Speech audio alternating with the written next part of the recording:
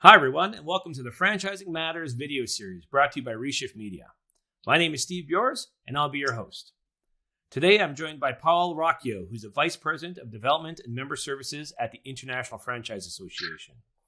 Paul's been with the IFA since 1999 and is responsible for the retention and recruitment of new members, as well as creating continued value-add benefits and services for existing members.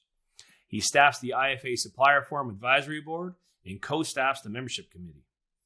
Now, before joining the IFA, Paul worked at the International Mass Retail Association, where he was manager of state government affairs, and prior to that, he was associate staff at the State Affairs Department of the Chemical Manufacturers Association.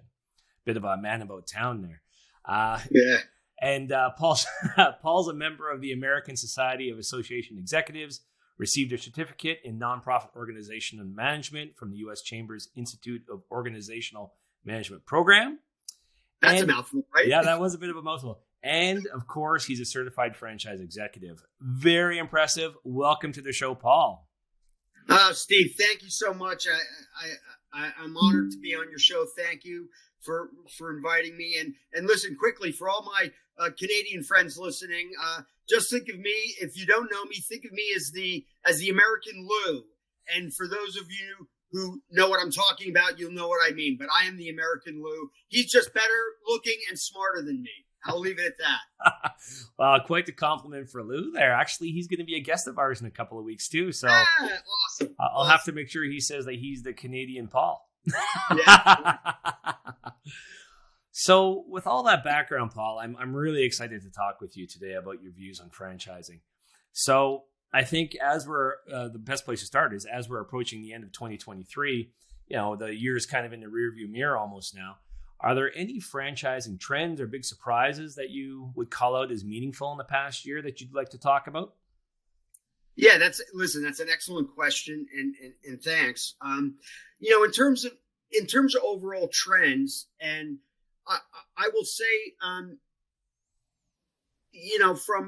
one of the main things that we do here at IFA, and our mission has been the same, since our founding in 1960, and we were founded by Bill Rosenberg, the founder of Dunkin' Donuts, and a few other founders at the time. And it's to protect, enhance, and promote franchising. That is what we do day in and day out.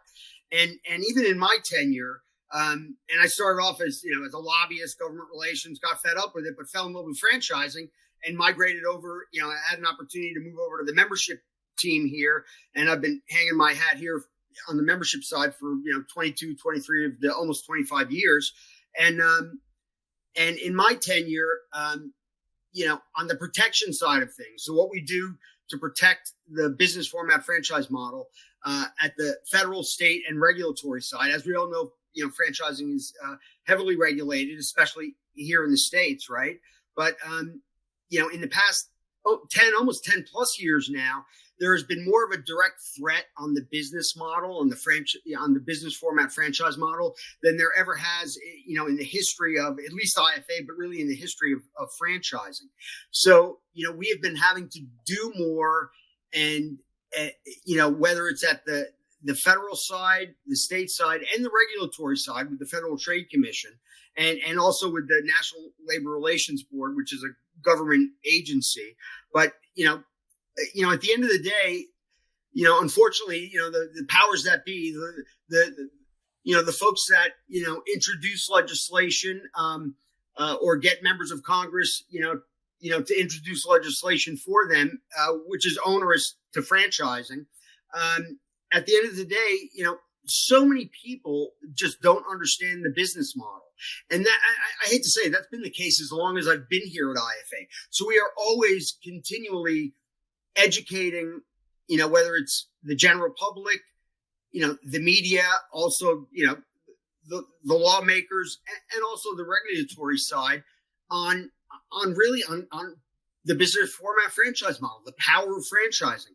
It's a huge economic wheel, or I should say it's a huge cog in the economic wheel, not just, financially, in the U.S., but globally as well, right? And we're always having to kind of, get the word out there and educate and also promote the business model and how it helps, people who've never realized that they can actually own their own business, and that franchising isn't just McDonald's, or Tim Hortons, right? Or Burger King, that they can actually, that there's 300 different verticals that happen to utilize the business format franchise model as a means of distribution and growth, and that they could be their own boss, that they could, invest in a proven concept, that the franchisor, spent all that sweat equity and time on finessing and creating a system that they could provide to other people to help them realize, their dream of owning their own business. And that is what we're, what we continually do. And that is always, day in and day out, whether it's been this past year, and even the year to come, that will always be a key focus for us. Now, I will say, at least in the States, one of the things that I've noticed is that, with the economy, everybody seems to be doing really well, but with, inflation, money's more expensive, right? So there are some folks that are having some challenging times there. But yet, at least within our membership, people continually grow. And I just see that because I oversee membership. So, our due structure is tied to the system-wide sales of the U.S. franchise units. So, every year, but even this past year, and our fiscal year starts November 1. So I have a pretty good read on obviously what happened last year. Listen, I made budget, I exceeded budget, and primarily the majority of our franchisor members, their dues for the most part all went up because their system-wide sales increased. So, to me, that's a very good sign. But then I kind of hear mixed things from some of my friends who do franchise development. They've got leads in the pipeline, but it's been taking a little bit longer to close some of those deals because money is more expensive. But then I'm also hearing from some of my members and colleagues on the finance side, and they've been like killing it this past year. And they primarily, provide funding, whether it's 401k rollovers, ROBs, or SBA funding or non-traditional funding. But they've been doing very well working with these new franchisees coming into the market. Almost like 80% of the deals they're doing are new franchisees. And they've had a stellar year. So I'm kind of getting, it's interesting. I'm kind of getting mixed messages a little bit, from the franchising community. But at the end of the day, people have had a very, I don't want to say coming out of COVID, because COVID is far in the rear view mirror from my perspective. But, this past year and even coming to the close of this year, it just seems like franchising continues to grow and people continue to do well. Yeah, there might be certain verticals that are not doing as well as others, but it just goes to show you that, the power of the franchise model, because it's a relationship business. You're going into business for yourself, but not by yourself. You've got, as a franchisee, you've got not just the support of the franchisor, but you've got the support of all the other franchisees in the system. So, I mean, we always call it the franchise family, right? And whether it's the franchisor, the franchisee, and even the supplier as well. I mean, you guys know that. I mean, we refer to it as the three-legged stool of franchising. You cannot have a well-balanced stool without the franchisor, franchisee, and supplier. That's what makes the franchise relationship and the business format franchise model work extremely well, at least from my perspective. But then, again, there are some things on the regulatory side, at least within the U.S. The FTC has been, every 10 years they review the franchise rule, and because of COVID, things were on pause because they were supposed to do it in 2020, and now it's almost 2024, right? And the franchise rule is it's still in the process, right? But we work with them. I don't want I don't want to say we're frenemies or anything, but, they work with our members. They listen to us. But at the end of the day, they will do what they want to do. And so we're always staying on top of that. We obviously have a seasoned team of government relations professionals here at IFA. And then, of course, our CEO, Matt Haller, is very involved. And that's on the regulatory side. Also, the National Labor Relations Board here in the U.S., they've been working on, the joint employer rule here in the U.S. I know there's also a rule that came out in Canada, not too long ago. Of course, there was also something in Australia, 10 plus years ago at this point. And without getting into, the nuts and bolts of that issue. But of course, if anybody, wants to know more about it, they could just reach out to me directly, if that's okay with you, Steve. And I could, direct them to to all the experts, here at IFA. But, California has always been looking at this, and, and then they had the FAST Act, which passed, but then, we were doing a lot of behind the scene deals on that. We were able to get the joint employer piece taken out of the FAST Act, and it was like the lesser of two evils. And that's the way I like to view it. And, so quick serve restaurants, yes, they're going to have to start paying $20 an hour. And then every year that might go up, but we were able to get the joint employer piece removed from it, which was, huge. But at the end of the day, that is now being, considered, federally as well. So, we filed suit, the labor, the big union here in the U.S. filed suit. I am not an attorney, but it's my understanding, from the experts that I've listened to, that they probably expect the, that ruling to ultimately go to the Supreme Court here in the U.S. So, more to follow there, but that has been a big, huge issue, here this past year, but it's been ongoing for almost 10 plus years. But it kind of, came to a head recently. They came out with the ruling. We knew that it was going to come out the way it did come out, and it takes effect December 26th here in the U.S. And what does that mean? It means a couple of things, but like people are still unsure as to what that is actually going to mean for everybody. So I always encourage folks, work with your U.S. attorneys. If you want to find out, we've been putting out a ton of information. So obviously, if you're a member of IFA, you should be well versed on everything that we've been doing. We're encouraging our members to, go to our website and to go to the, our grassroots lobbying section, Franchise Action Network. We have, templated, emails that will go directly to your member of Congress on the House side, and of course your senators as well. And we're, I can't stress this enough. They have to hear from franchisors and really from franchisees on this issue more than anything. And then, of course, and this is continuing. Again, here I said I didn't want to bring up COVID, but, I hear, this from primarily from C-suite folks, whether it's on the franchisor side or on the franchisee side. But what keeps people up at night? It's finding labor. Yes. That continues to be a huge issue for everybody. And I'm wondering, where are all these people who were working or stopped working, but were working before COVID stopped, or what, they didn't necessarily all retire, or they didn't all decide to stay at home, whether it was the husband, wife, or partner to take care of the kids or whatever. But now some of those folks have decided to, invest in a franchise, right? And that's okay. But at the end of the day, the labor issue continues to be a big issue across the board. And then, within specific, verticals, and, not to focus on food, right? Though it still is kind of the largest segment within franchising, I think.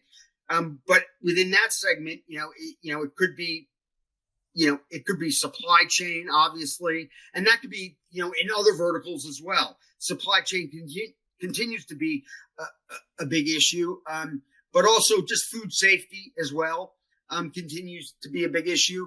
And then, because of joint employer, or because of having to pay higher wages in certain areas of the U.S., but specifically we jokingly call it the People's Republic of California. I probably shouldn't say this on a podcast. That's just me being being the jokester that I am. But at the end of the day, look, I mean, we've all heard about ChatGPT and AI, and that really, at every conference I've been to this year, everybody's talking about that.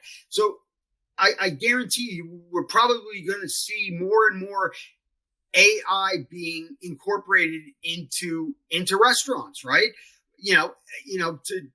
To basically, kind of take care of some of these issues. I just see that happening more and more. From my perspective, anyways. Does that make sense? Well, there was a lot in there, but on your last point, QSRs are actually trialing using voice-activated AI for the drive-thrus now, right? Well, exactly, yeah. And I would imagine, and even with everything that you guys do as well. I mean, I'll still say too, it seems like the other big issue ongoing, and this has been just a consistent issue, and so I will bring this up too. Our members, it's all about franchise development, but it's also all about local store marketing. Because at the end of the day, and I tell this to everybody, especially people who want to franchise their business, I'm like, you're not in the pet care business anymore. You're going to be in the franchise business, and you got to understand what that means. And that's the business you're in. And it's about, selling your opportunity to potential, owner operators. But then you've also got to keep those folks happy. That's your customer really at the end of the day. I don't care how many, company locations you have. At the end of the day, your customer is the franchisee. And then you also have to make sure that you're supporting that franchisee to the extent that you can, without stepping on the joint employer toes, of course, now, right? But at least providing them with the support that they need, or, supplying them with specific, vendors, suppliers, like you guys, right? That could help them, drive traffic to their locations, for example, and then, the more business that comes into that franchisee's location, then the higher, the more royalty goes back to the franchisor. And that's how the franchisor makes their money. Of course, it's the franchisee too. When they are able to, close on the dotted line with a potential franchisee, and that person becomes a franchisee. But, of course, until that franchisee is up and running, that is, that's also an issue, right? Yeah. So a lot going on at the IFA in 2023, clearly. And enjoy the California ruling coming in on December 26th, like Merry Christmas. So yeah, and that is, and honestly, the joint employer ruling, that's actually federally for the entire U.S. takes effect on the 26th. But like I said,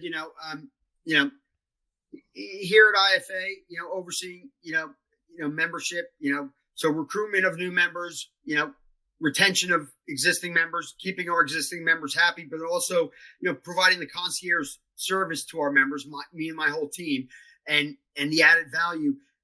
We all have to be, not the experts on everything that goes on around here, but I have to be able to at least, discuss it and articulate it. But, when it comes to specific things, we have experts here, whether it's on our CFE program, on advertising with IFA, on our events, especially on things that happen on the government relations side, or with our veteran program or our diversity program, and things that fall under our foundation as well. So I like to tell folks, I know a little bit about everything, but I'm not an expert on any of it. Okay. But I could always get the answer for you no matter what.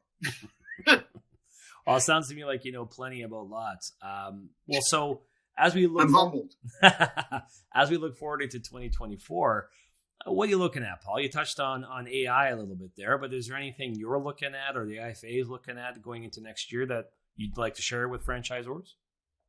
Yeah, I mean, listen, at the end of the day, and I won't reiterate on the protection side of things, because that's always ongoing, and that's going to continue to be ongoing for 2024. That is, that's what our board wants us to focus on. That is what we are focusing on primarily, is continuing to protect the business model. But, also ongoing is on the education side, the enhancement side. We have, really taken our certified franchise executive program to the next level. So at the end of the day, whether it's the IFA, the Canadian Franchise Association, and then all of I like to refer to them as our sister associations globally. There's a franchise association in just about every single major country around the globe.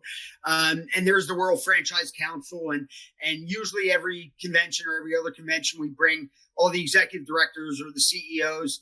They usually come in. I jokingly refer to it as the United Nations of franchising. They usually have like a 4 to 6 hour meeting and going over all the various issues that everybody is dealing with, right?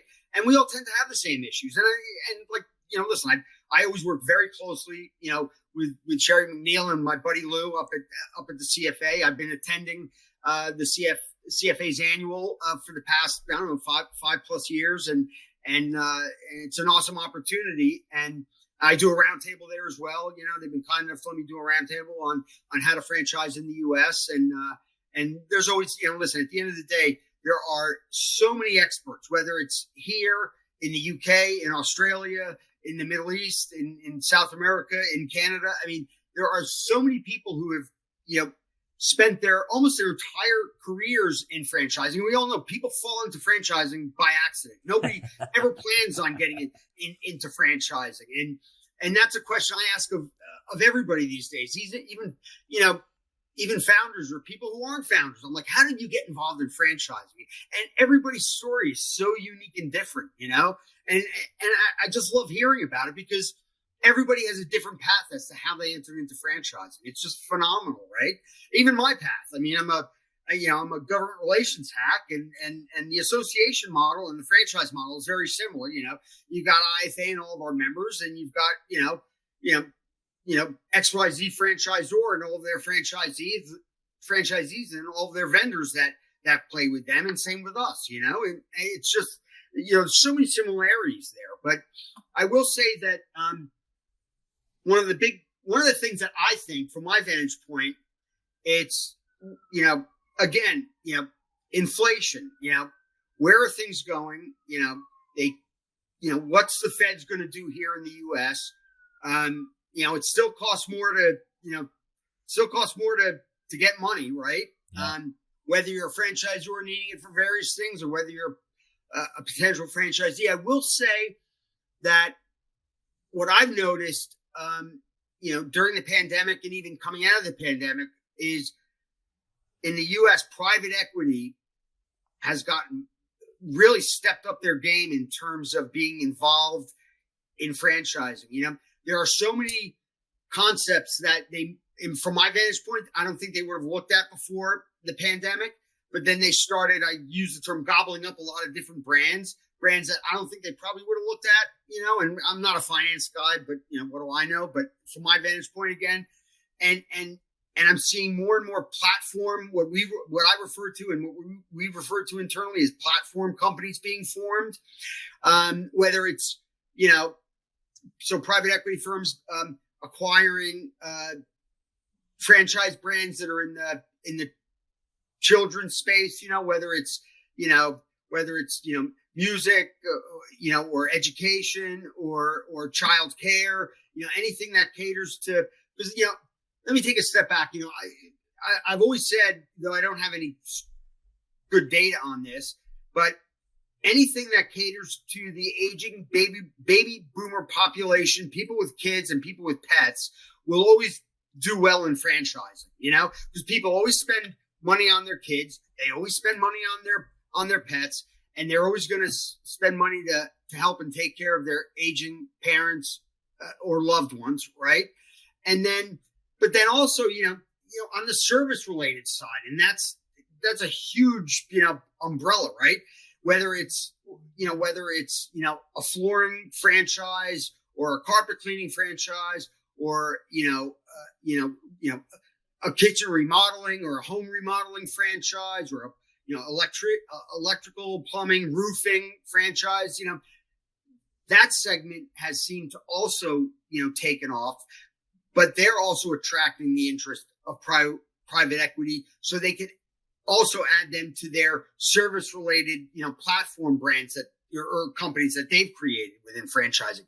So I'm starting to see more and more of that, and even in the food space. I mean, look, at the end of the day, we all know, like, Restaurant Brands International, right? Really Canadian company, but it's Burger King, it's Popeyes, it's Tim Hortons, and I'm sure I'm forgetting somebody in there, right? But or then you look at what Roar Capital has done with Inspire Brands, or with Focus Brands, and all of the restaurant concepts under that, under those umbrellas.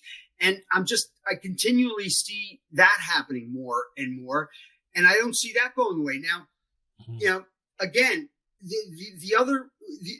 everybody always wants to do multi-unit deals, and I don't think every brand might be ready to do multi-unit deals. But I am seeing that happening more and more. But I'm also seeing, these savvy, franchisees, and the new term that I learned about this past year, MUMBO, multi-unit, multi-branded operator. And I just always refer to them as multi-unit franchisees, but you could be a multi-unit franchisee and have 300 Paneras, but nothing else. But then these savvy franchisees end up diversifying, and whether it's somebody that has a bunch of hotels, they tend to get into food, but you've got folks that are heavily invested in food concepts, and they could have KFC, Burger King, Papa John's, whatever. Yeah. And now, they're starting to diversify and get into the fitness space and or get into, they've only ever done and only know food, but they're starting to realize, I've got to diversify my portfolio even more. And I'm starting to kind of see that a little bit, at least from my perspective. So it'll be interesting to see what continues to happen there within franchising, with the private equity that's involved, and also private equity. And this isn't really new, but you see private equity investing in some of these, larger, franchisee companies, if you will, or not even there, but, some of them are even investing to do multi-unit deals with some franchise brands. And that's nothing new, but I'm starting to, see that more, because I might be getting, I don't want to get into any specifics, but I get some questions sometimes from some of our members that have never, had a deal with a private equity firm on the franchisee side of things. So there's some specific, things that occur there. And again, if I don't have the answer, I can always get the answer. And that's what I've done with a number of folks that have come to me with questions there. So, I mean, again, I don't see that changing. But just continuing to kind of work with some of the folks in the FranDev pipeline to try to move them along quicker. That in some segments, in some verticals, within some franchise companies, that seems to slow down a little bit, or it's taking a lot longer to close those deals. There's still deals in the pipeline. It's just taking a lot longer to close them, Yeah, we're hearing that as well. So, and I think you hit the nail on the head, Paul. It's the fact that interest rates are higher. So new franchisees, fundraising is more difficult. And I do think, looking at it from a digital perspective, one thing that did happen through the pandemic was franchise brands got a lot more aggressive in advertising online. And so prospective franchisees probably feel like they have more choice now. So there's 100%. That's a very good point, actually. Very good point, Steve. Yes, 100%. 100%. And also they're looking to whether they're working with, a PR firm or an agency or, folks like, they're like, all right, I want to, what's out there? I want, whether it's, marketing to the broker networks, which are, I know that there's brokers in Canada, for example, or even, outside the US, but it seems to be, more prevalent here, as well as the franchise sales organizations, the FSOs, but people are just looking to, every angle they could possibly get to get those leads in, there's more competition now. That's the one thing I've noticed. I mean, when I started at IFA, we had less than 1,000 franchisor members. We're at like 1,200 right now. We had less than 1,000 people attending our convention. You know, we have like 4,000 to 5,000 now, or at least, you know, we're expected to have, over 4,000 in February in Phoenix. And, so there's been a huge growth in franchising, in my tenure. And I don't see that really changing much. I mean, it'll be interesting to see what happens there. I mean, I'm not 100% sure what's going to happen there. Are there, I always, see numbers, there's 200 to 400 new brands that enter into franchising every year. That's another issue too, because are they all successful? Do they all succeed? No, because as long as I've been here, there's been, maybe when I started here, there was about maybe 15 to 2,000 franchisors in the U.S. They had a franchise, at the time, a Uniform Franchise Offering Circular, now FDD. They had one unit and they're actively seeking new franchisees. That number now is probably, 2,500 to maybe 3,000. But, do the math. If there's like 200, even if it's like high end, let's say 400 new brands entering into franchising every year. Well, where are they? Because that number isn't, that number is not being consistent. So, I mean, look, we've looked at it, our members, I personally think somebody has to get to year 3 to year 5. If they get to year 3 to year 5, then they will be a successful franchisor, and define whatever successful is, whether it's, 10 units, 20 units. Of course, my definition is royalty sufficient. If you're royalty sufficient, then you're a successful franchisor. And everybody has a different definition of what you need, how many units you need to be royalty sufficient. And honestly, not to jump to, kind of the next question, but there was one, there was, one thing I was thinking about in terms of, our discussion. And I will say that, what is nobody talking about? Right. What should people be talking about? And again, this is nothing new, but I know that it's about responsible franchising. I know that we're going to be doing, you're going to be hearing more about that. It's very important for a lot of different reasons. We have, Open for Opportunity. That's our kind of our positive PR campaign, if you will. It's our whistle stop tour. Matt Haller, our CEO, Matt has worn a number of different hats here at IFA. His background is primarily in communications. He also headed up our government relations team for a number of years. And when Matt took over the helm here, he put together this campaign, and we're doing this in key states, where, again, to kind of, so we're not always on the defensive when it comes to things like joint employer or just promoting the business format franchise model. So we are doing this in a number of key states, and we will continue to do it. But it really is all about responsible franchising, because listen, we all know there's always going to be, unfortunately, you can't have franchising without the attorneys, love them all to death. They're all very active in IFA, and most of them are very good friends of mine. I consider them friends, though they're members, but but again, we jokingly, people always say, the franchise relationship lasts longer than most marriages, right? But at the end of the day, there's always going to be, unfortunately, there will be litigation within some franchise systems. It is what it is. Necessary evil. But we are always, it's all about best practices, whether it's IFA, CFA, BFA, anybody. It's all about best practices. And that's what, when people join IFA or the existing members, they are continuing being educated on best practices. There's no reason to recreate the wheel. Every issue that has occurred within franchising has pretty much occurred. And why go it alone? You've got the support of all the IFA members, just like your franchisees will have the support from you as a franchisor and from all the other franchisees in the system. Again, the comparison to the franchise model and the association model, very similar. Not quite apples to apples, but similar. And don't go it alone. Do not go it alone. And And that is a message I get out all the time, and people have to understand that, and I continue to beat that drum. But I will say, responsible franchising is what people have to be talking about.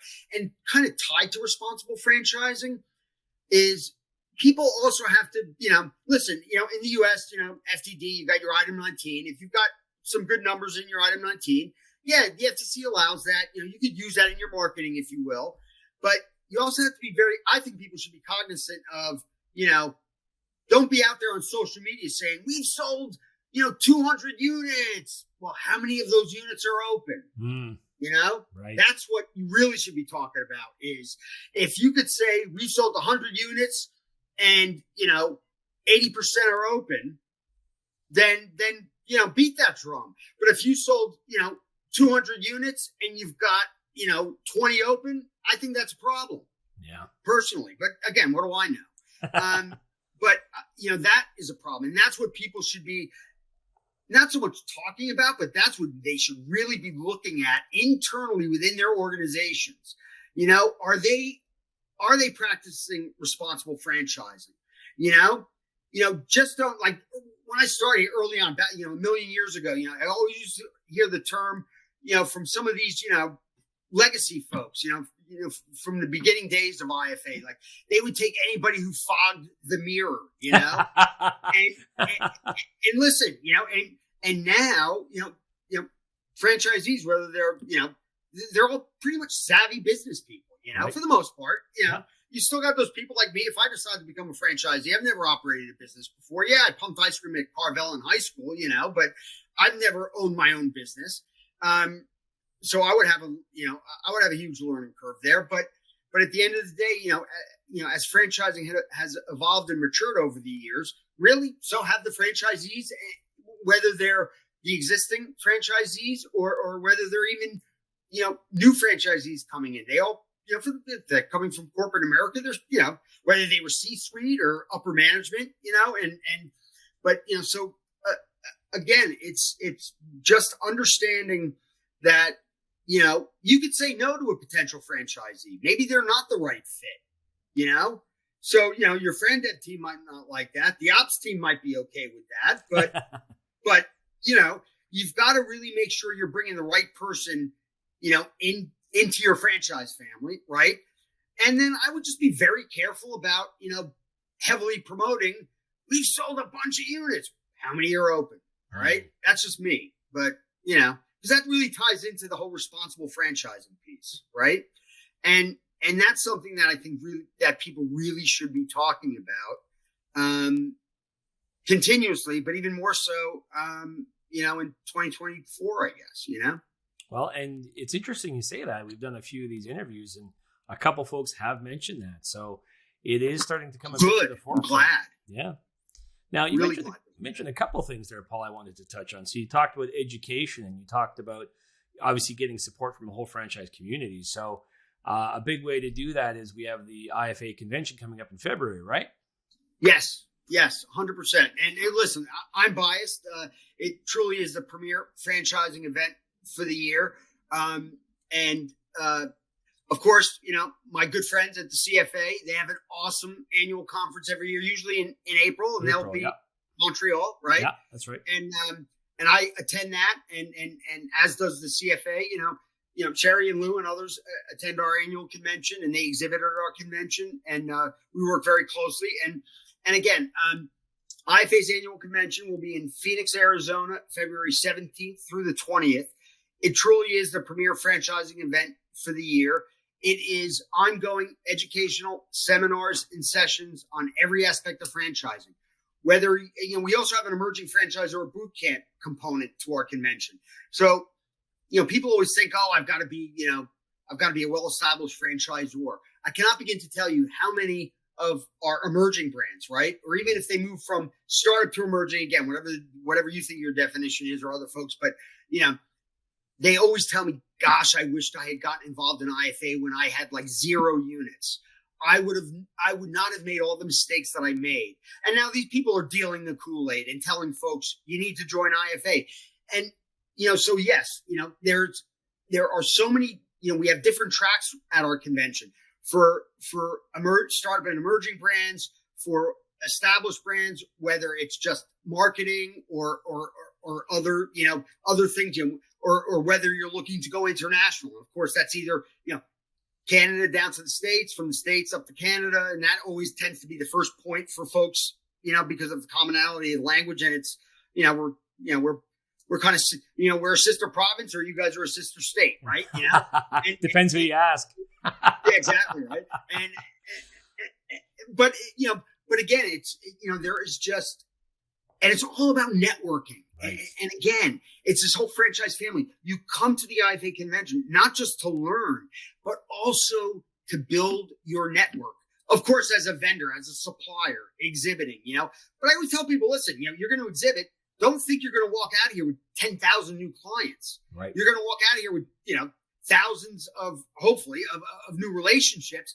Everybody already has their widget provider. You've got to build and foster those relationships. I don't know. It depends on what your widget is. Sales cycle is different for everybody.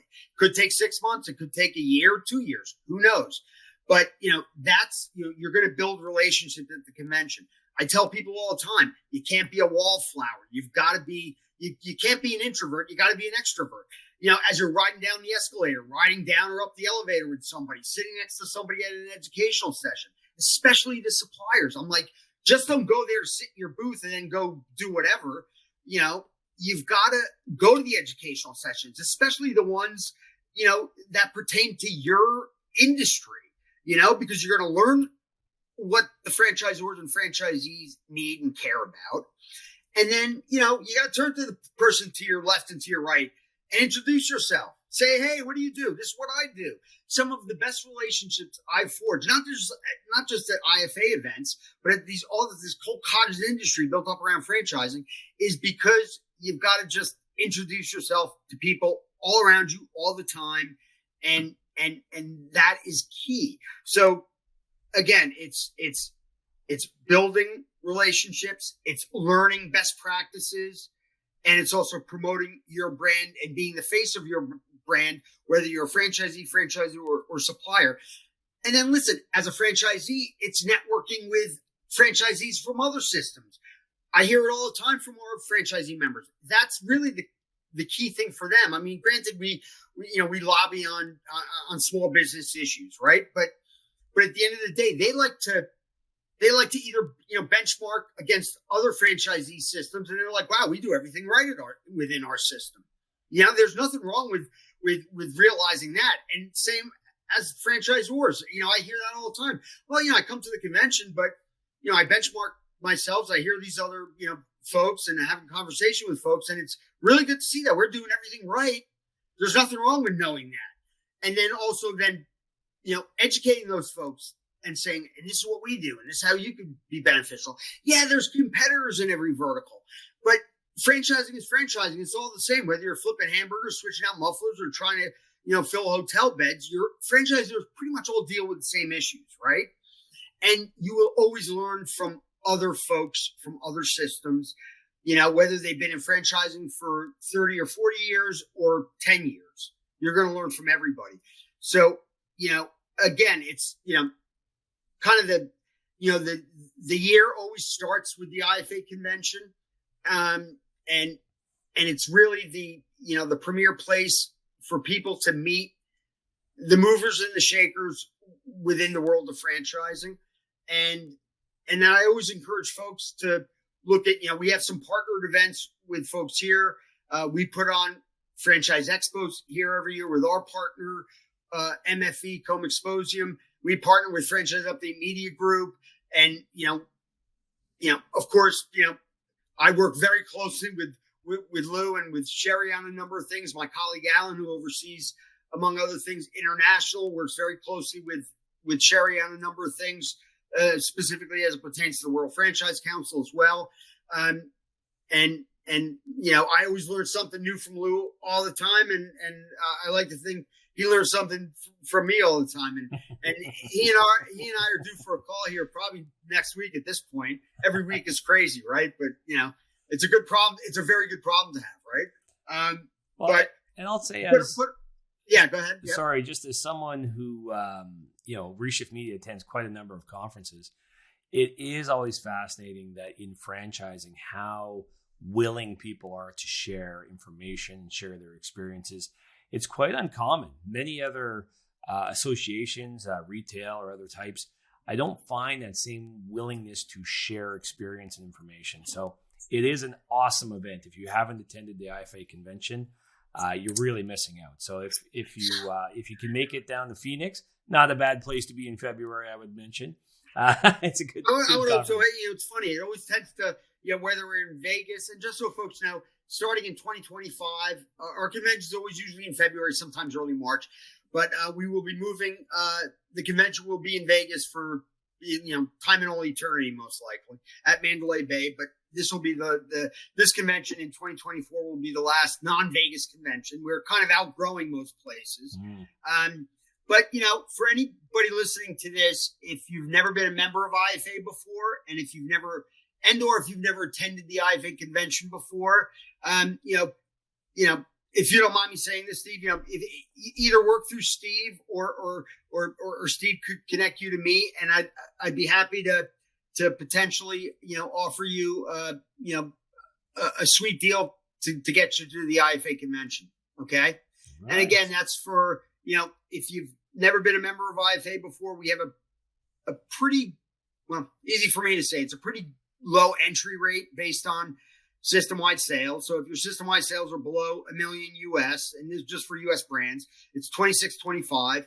And then I'll be able to potentially offer you maybe a scholarship to cover the cost of the registration. If you've never attended the convention before, at least one, one scholarship, but work with me. I'll have that conversation with you, just to double check a few things, make sure that IFA membership is the right fit for you. Because listen, it may not be right for everybody, but at the end of the day, with that all said, I like to tell people, and I'm dating myself, though I don't think I'm that old, but just, keep me in your Rolodex, reach out to me. You can find me on the IFA website.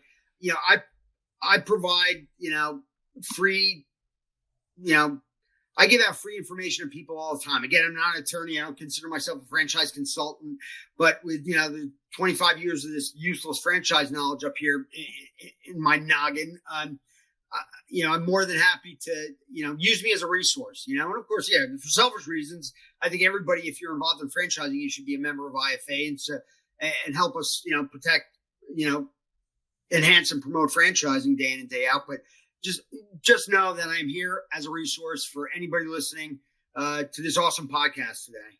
Not awesome because of me, but also because of this service that Steve and Kirk. Well, I won't give Kirk. No, don't give me any credit. Give all the credit to you, Steve. Come on, makes sense. But this is an awesome podcast that you guys do, and thank you for that. Well, thank you. Thank you for promoting. Listen, thank you for promoting franchising globally, dude. Seriously. Well, thank you. You guys do a stellar job of that, really.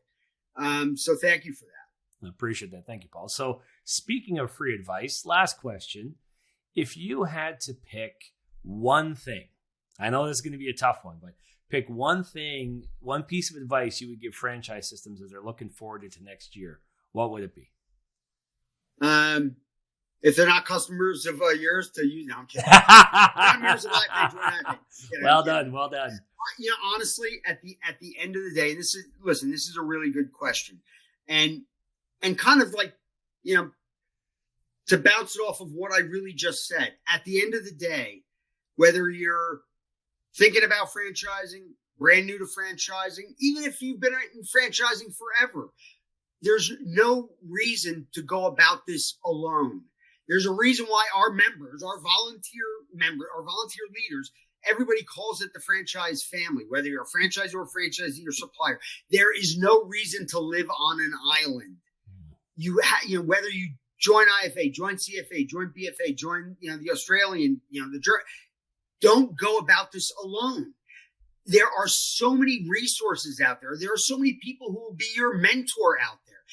And I can't begin to tell you how many times there are like legacy brand or people who've been involved in franchising for 30 years. And they're like, I need a mentor. And I'm like, really? You are a mentor? And it's like, no, they need to, because they don't want to be on that island. They want to hear from, fresh ideas from some folks. Don't go about it alone. And of course, yes, you're going to, You're going to find these folks, through IFA, through other associates. You're going to find this by coming to the convention or coming to any of these other events, this whole cottage industry that's built up around franchising. There is no reason to go about that. Even if you have the best team in the world, as a or the best team as a, either a single unit mom and pop franchisee, single or a multi-branded, Mumbo, or even if you're a supplier, a vendor with a bunch of clients, or even just one, and you're killing it, there's no reason to go about it alone. You've got this whole franchise family here to assist you and help you and bounce ideas or tell you, no, that's a stupid idea or that's a great idea. Just don't do it alone. There's just no reason to do it alone. And people in franchising, and you said this earlier, Steve, it's such a giving community. Yes, it is. And you gotta be involved in it.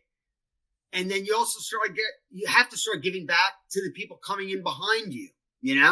There's so much philanthropy within franchising. There are so many IFA members who and their franchisees who are always giving back to their communities, and thanking their customers because of it. So no reason to go about it alone. And again, I will be more than happy to always be a resource for anybody, whether you're a member or not. But of course, selfish reasons, I want you to join.